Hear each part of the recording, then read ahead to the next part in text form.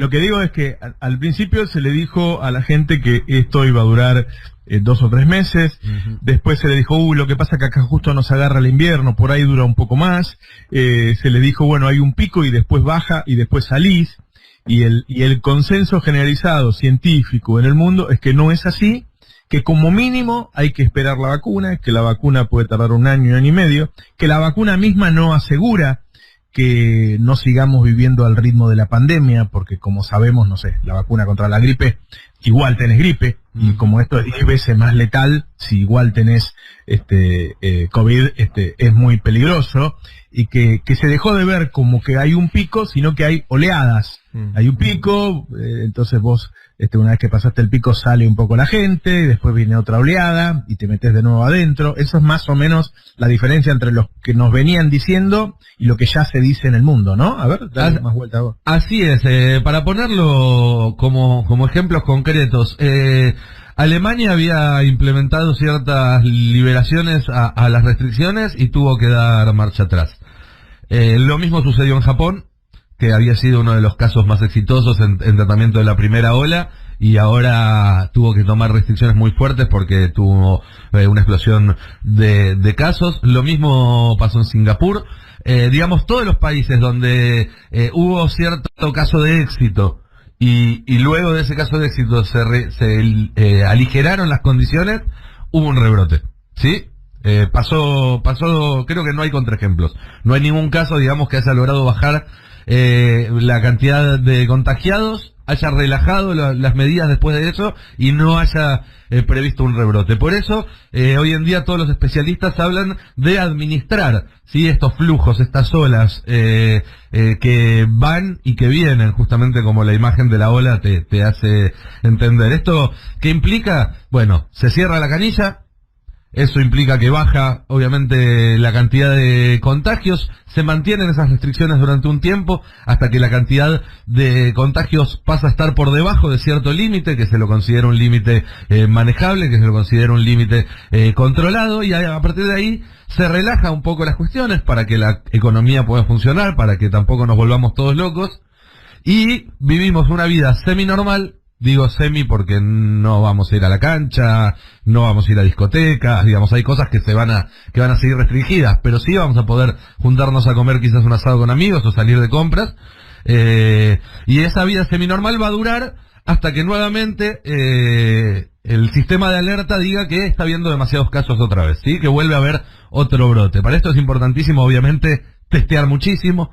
Eso es importantísimo, rastrear los casos que siguen, justamente porque cuanto más rastreas, más tiempo vas a poder tener de libertad entre cuarentena y cuarentena, digamos, cuanto mejor seas previniendo esa expansión de la enfermedad, más recreos vas a tener entre cuarentena y cuarentena. Las estrategias pueden variar dependiendo del país, dependiendo, en el caso de Argentina, por ejemplo, al ser un país tan extenso desde lo geográfico, es muy posible que no haya un mismo estatus en todo el país, sino que se divida por regiones, y de hecho en el gobierno ya piensan que el escenario más probable es un escenario en el cual el interior del país pueda normalizarse relativamente en el corto plazo, pero la ciudad de Buenos Aires y el Gran Buenos Aires tengan un proceso muchísimo más lento, con lo cual hablaríamos casi de 2 países andando en simultáneo. Tenemos que ir a vivir al interior, Roberto.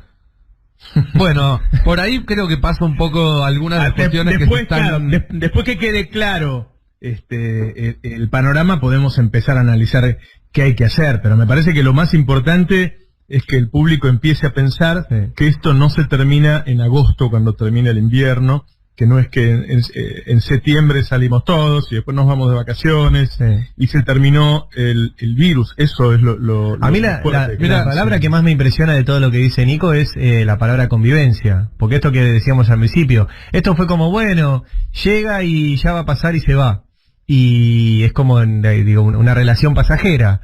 La convivencia es otra cosa, es bueno, te vas a tener que adaptar y vas a tener que ceder cosas y vas a tener que cambiar, o sea, cuando convivís tenés que cambiar cosas, tenés que resignar algunas otras, o sea, es otra la cabeza. Hay un caso que es muy gráfico de a qué nos estamos refiriendo y que sirve para pensar cómo va a ser el futuro. Corea del Sur es claramente el país que todo el mundo menciona como el modelo exitoso de gestión. ¿sí? Fue después de China uno de los primeros a los que llegó la enfermedad, es decir, que no tuvieron como nosotros varias semanas de tiempo para prepararse.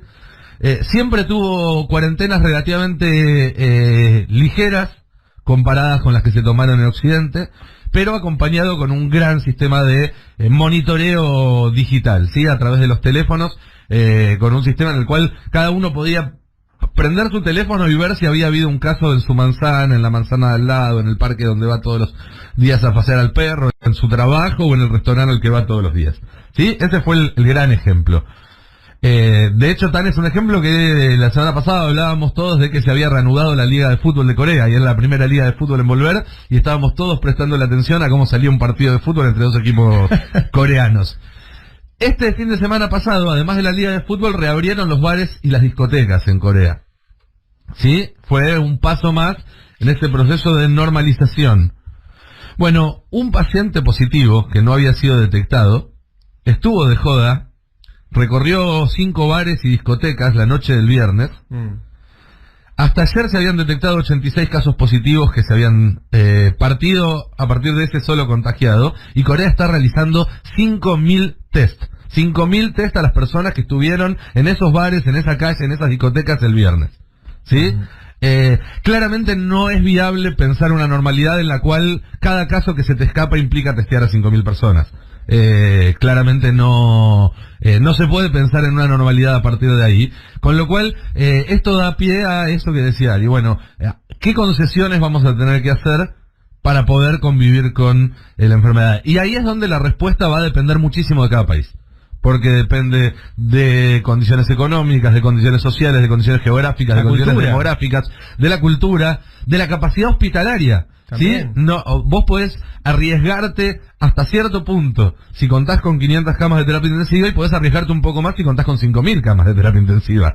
Claro. Entonces, todo eso va a llevar a que cada país vaya debatiendo cuál es la mejor manera de encontrar una forma de convivir con la pandemia durante los meses o años que haya por delante hasta que esto se resuelva, que obviamente, y está de más aclararlo, todos queremos que sea lo antes posible, y si hubiera alguna forma de que se terminara la semana que viene, todos la abrazaríamos con muchísimo gusto. Y ahora viene la parte interesante, que es pensar qué va a pasar en la Argentina con esta nueva realidad. Sí, a ver, en principio el primer punto para remarcar que de esto queríamos hablar y que toda la gente entienda, esto no es algo que se termina después del invierno. No. Y esto ni siquiera se está seguro de que se termine. Es más, se piensa que no es así, que no se termina simplemente con que haya una vacuna. Y una vacuna puede tardar 1 año, 1 año y medio. Es decir que va a tardar esto, va a haber varias oleadas. Yo le digo oleada, por si sola, no sé cuál es lo mismo.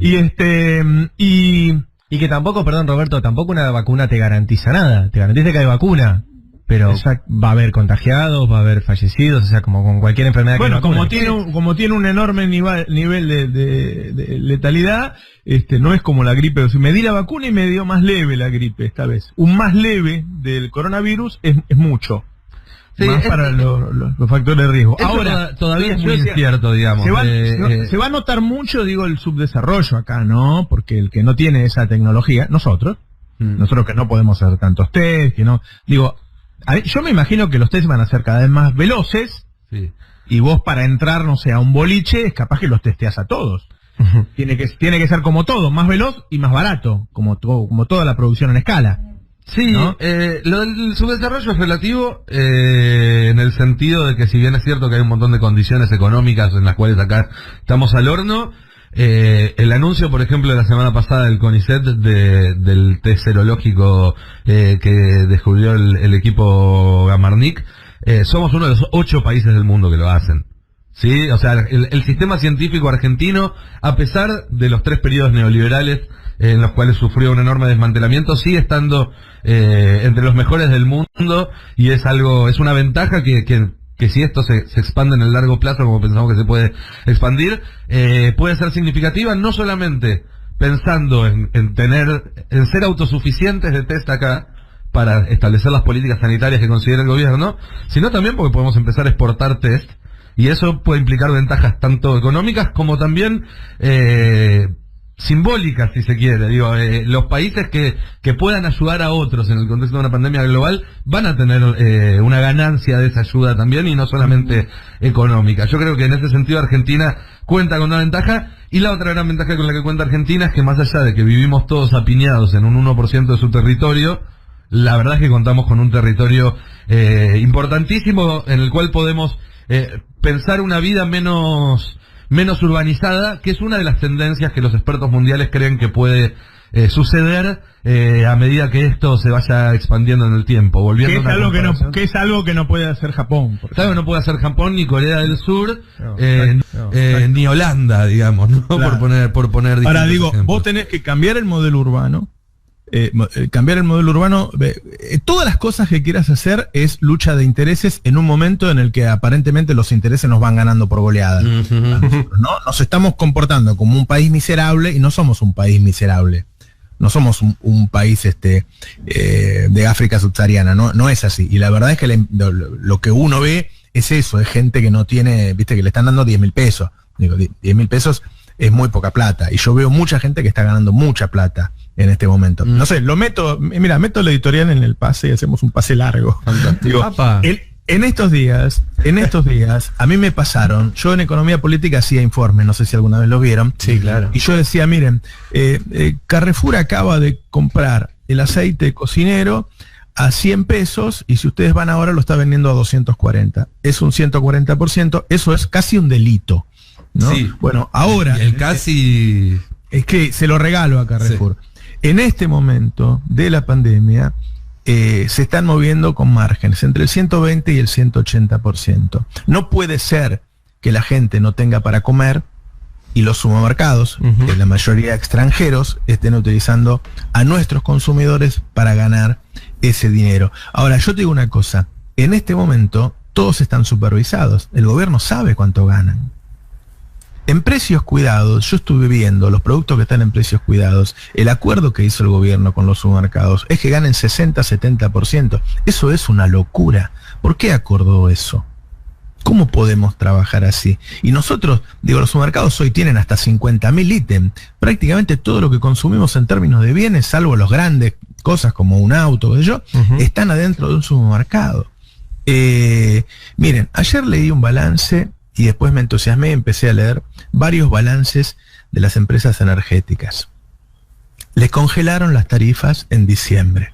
Cuando vos ves los balances del primer trimestre, hay energéticas que ganaron hasta un 300% más que en el primer trimestre de 2019.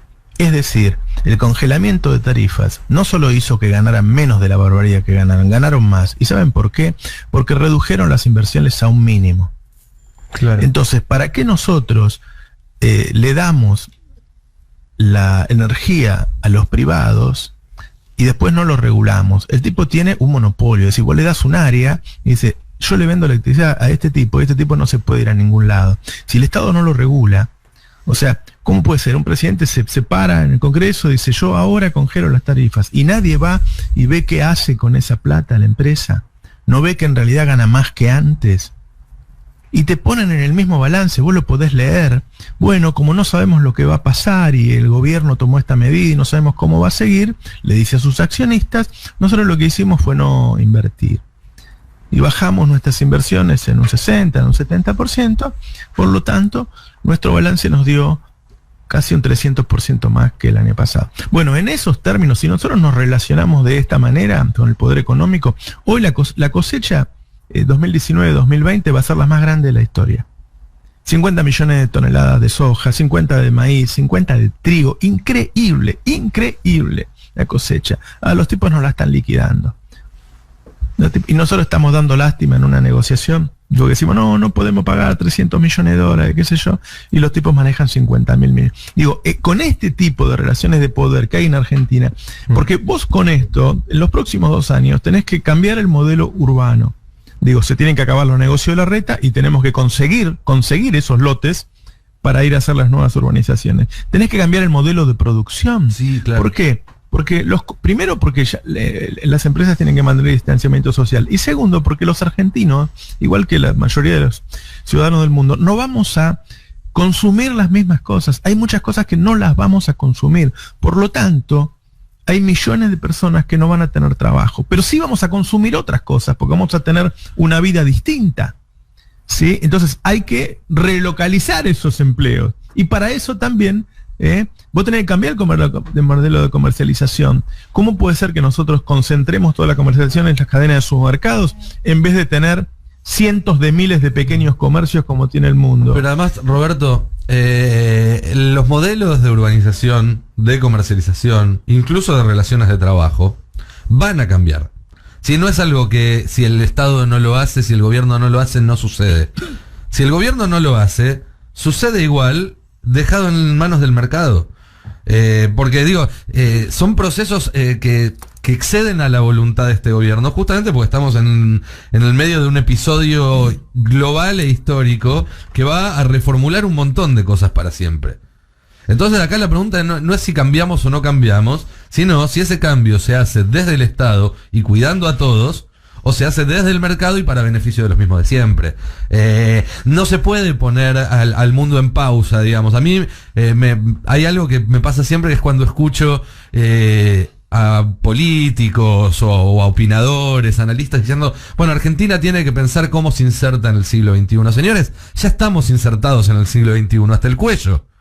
En todo caso, nos dormimos 20 años en pensar cómo hacerlo, y hay que empezar ahora cómo vamos a hacerlo.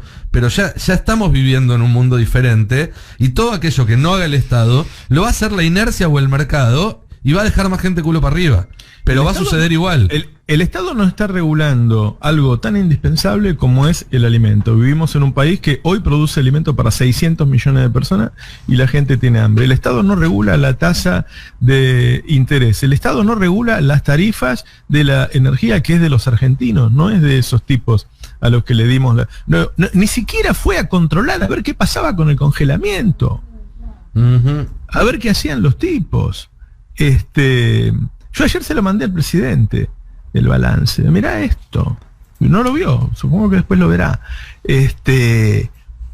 Estamos en un problema. Estamos en un problema porque con semejante nivel de poder de los grupos económicos, de mala distribución, en esta escasez, porque los empleos van a faltar ahora, en los próximos meses. Sí.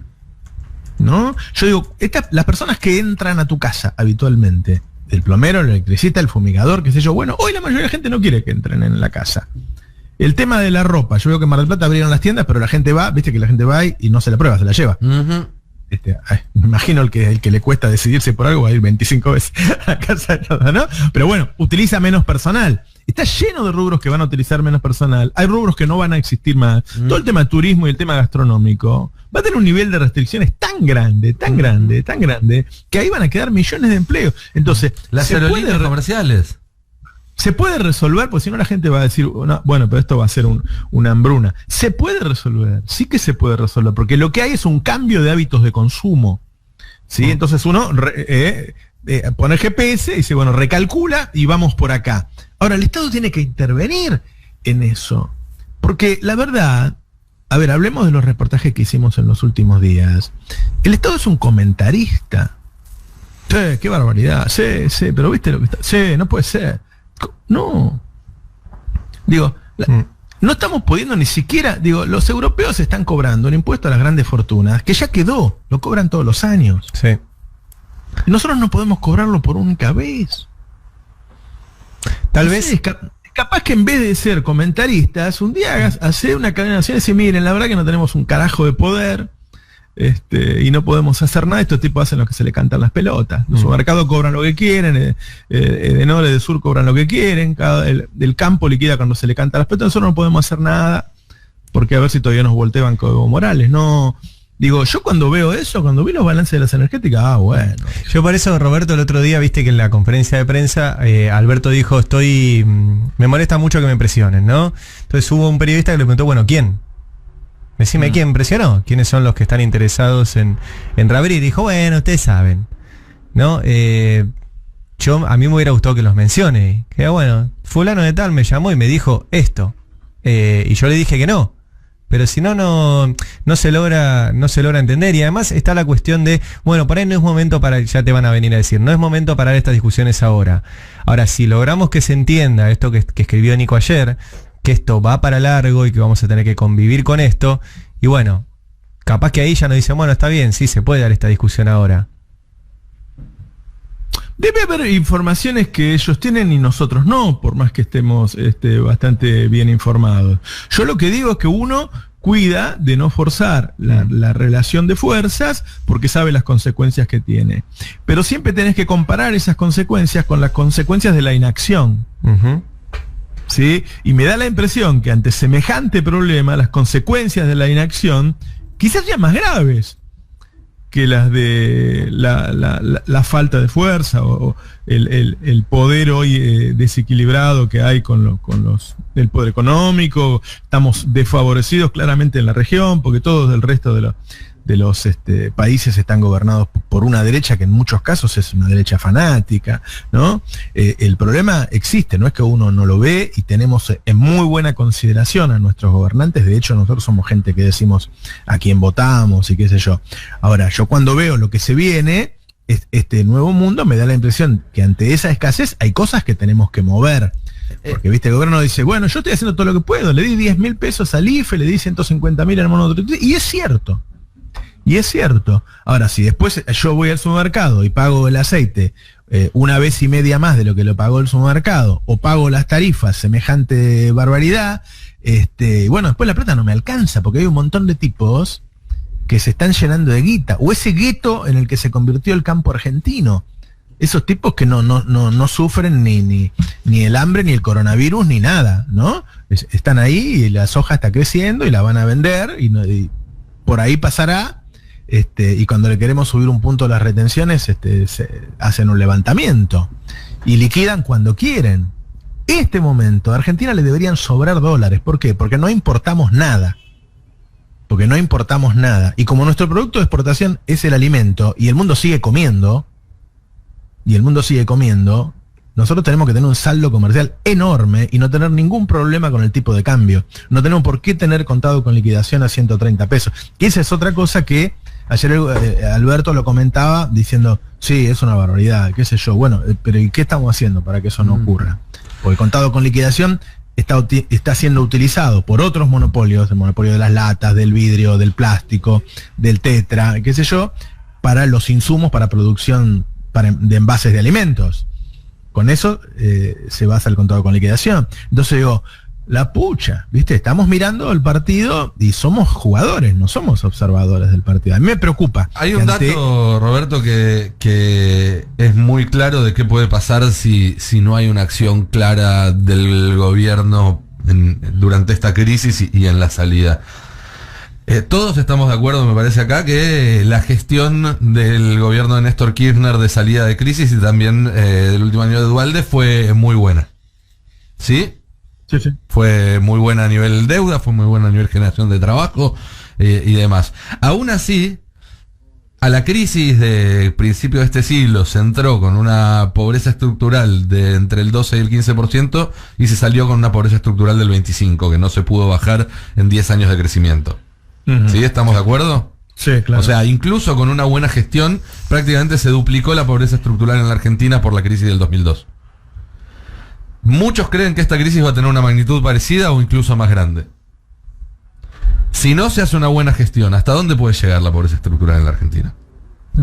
Mirá, esta apertura de empresas, me decía el gobierno, que con esta nueva apertura, con esto que está empezando a pasar ahora y que se va a terminar de consolidar en las próximas semanas, vamos a llegar a una utilización de la capacidad económica, de la actividad económica, del 70%. Es decir, si todas las empresas que están habilitadas para funcionar, funcionaran, porque muchas van a estar habilitadas, el tipo va a decir, ¿para qué voy a producir si no, esto que yo produzco no me lo están comprando?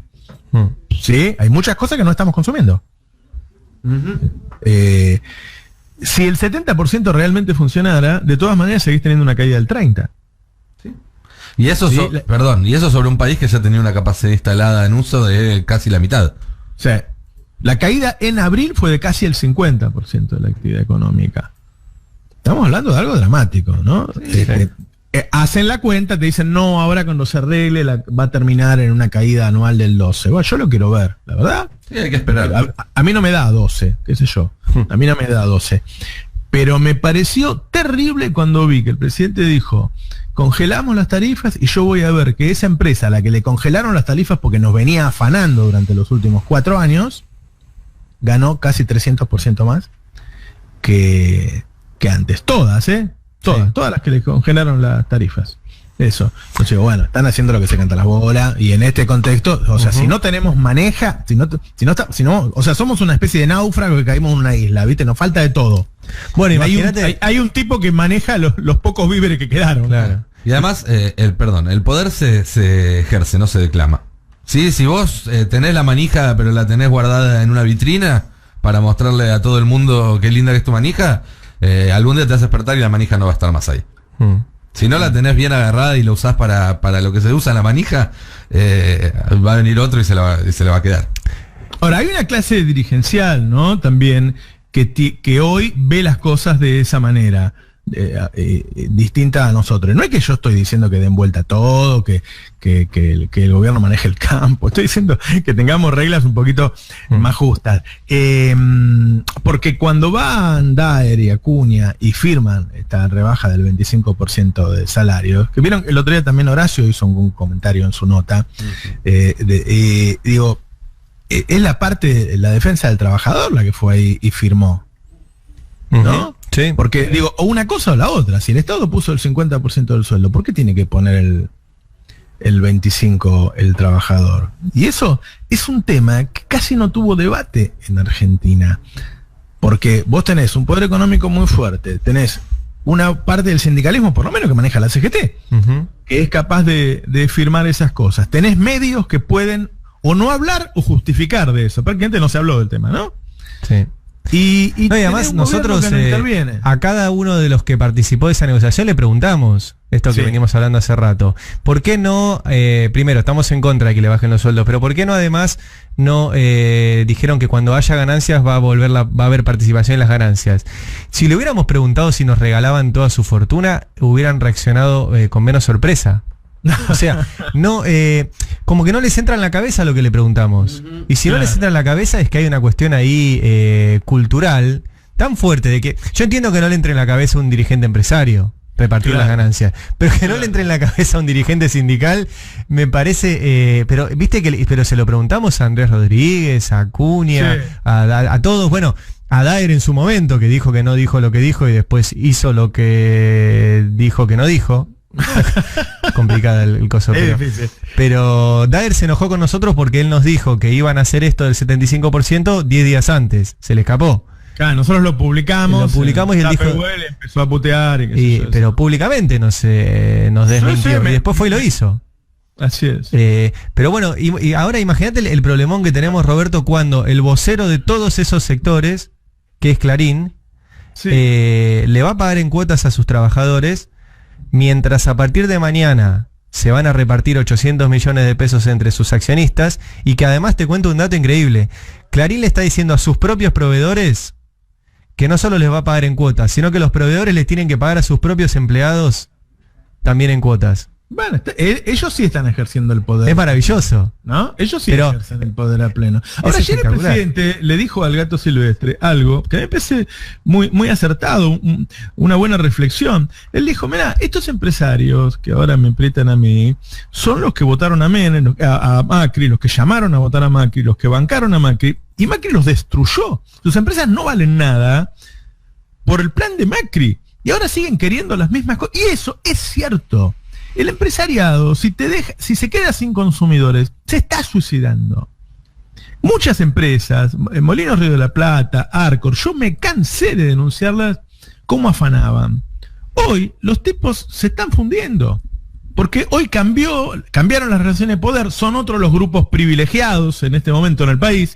Digo, el núcleo que trajo a Macri al poder sigue siendo el núcleo que maneja las relaciones económicas en Argentina. El campo, los bancos y las energéticas. ¿Sí? En este caso, en detrimento, entre otras, de las empresas alimenticias. Esos tipos se suicidaron. Y si nos dejan sin consumidores, si no tenemos un proyecto para relocalizar a los millones de trabajadores que ya no van a tener de qué ocuparse, ellos se van a quedar sin consumidores también. Estos planes les sirven a muy poquitos, pero yo te diría que ni siquiera, no sé si le sirven a Clarín, no sé si le sirven a Clarín, tendría que ver bien, yo sé que es bastante mercado internista su economía.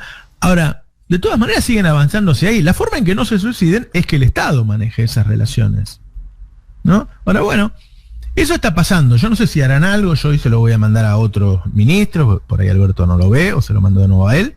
Digo, ¿para qué congelamos las tarifas si los tipos ganan más que antes? Entonces, si uno de los principios... Yo, ¿por qué sigo con las tarifas?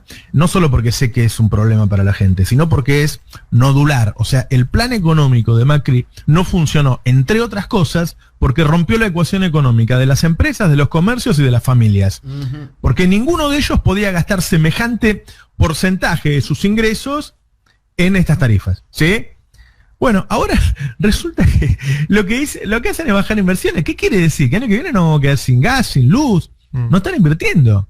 ¿Entendés? Entonces, bueno, y al mismo tiempo me entero que en tiempos de pandemia los supermercados marcan más que antes, no menos. Marcan más que antes, no menos. Te estoy hablando de azúcar. ¿Cómo un tipo va a comprar el azúcar y lo va a vender un 120% más caro de lo que lo... Es una locura. Es una locura. Porque si vos me dijeras, no, tenemos un gobierno que dice que no controla nada, que le dice a la gente, mire, acá hay libre mercado de cada uno, pero tenemos un gobierno que nos dice que está controlando, ¿no? Que te clausuro y qué sé yo. Tenemos un gobierno que cuando hizo precios cuidados, arregló que en precios cuidados la ganancia de productos de primera necesidad fuera del 62%. Vos decís, bueno, lo normal que sería, no sé, ponele un 30, un 35% para que cubra los gastos en los productos normales, y en precios cuidados hace un esfuerzo, flaco, pone un 15. ¿Sí? ¿Cómo que el gobierno pactó un 62? ¿Y cómo el gobierno ahora tolera un 120? Digo, no estoy entendiendo la lógica. Vos sabés que yo tuve 25 años en ese mercado, conozco muy bien. Sí. Yo era líder en eso. No puedo creer. No puedo creer. Vos sabés, Alfonsín, si cobrabas más del 20%, te metía en cana. Te juro, había un momento que las penas eran hasta de cárcel. Cabrón. Era hasta de cárcel, ¿viste? Por pasarte del 20%. Es muy fuerte. Entonces, a mí me preocupa que todo esto, volvamos a un principio, estamos hablando que esto no se termina ahora, cuando termina el invierno. Que no sabemos cuánto va a durar el problema de la pandemia. Que va a generar una serie de consecuencias, ¿no? En el modelo urbano, el modelo de producción, de comercialización, qué sé yo. Bueno, ¿quién va a estar a cargo, como dice Nico? Cambiar va a cambiar. ¿Quién va a estar a cargo de ese cambio? Da la impresión que no es el gobierno. El gobierno es un comentarista de lo que ocurre. Sí. Lo digo, ustedes saben el aprecio que tengo yo. Y además yo no, porque siempre se entra en eso de no, porque es de Cristina, no de Alberto. Yo no creo en eso. Yo no creo que haya diferencia entre Cristina y Alberto, para nada.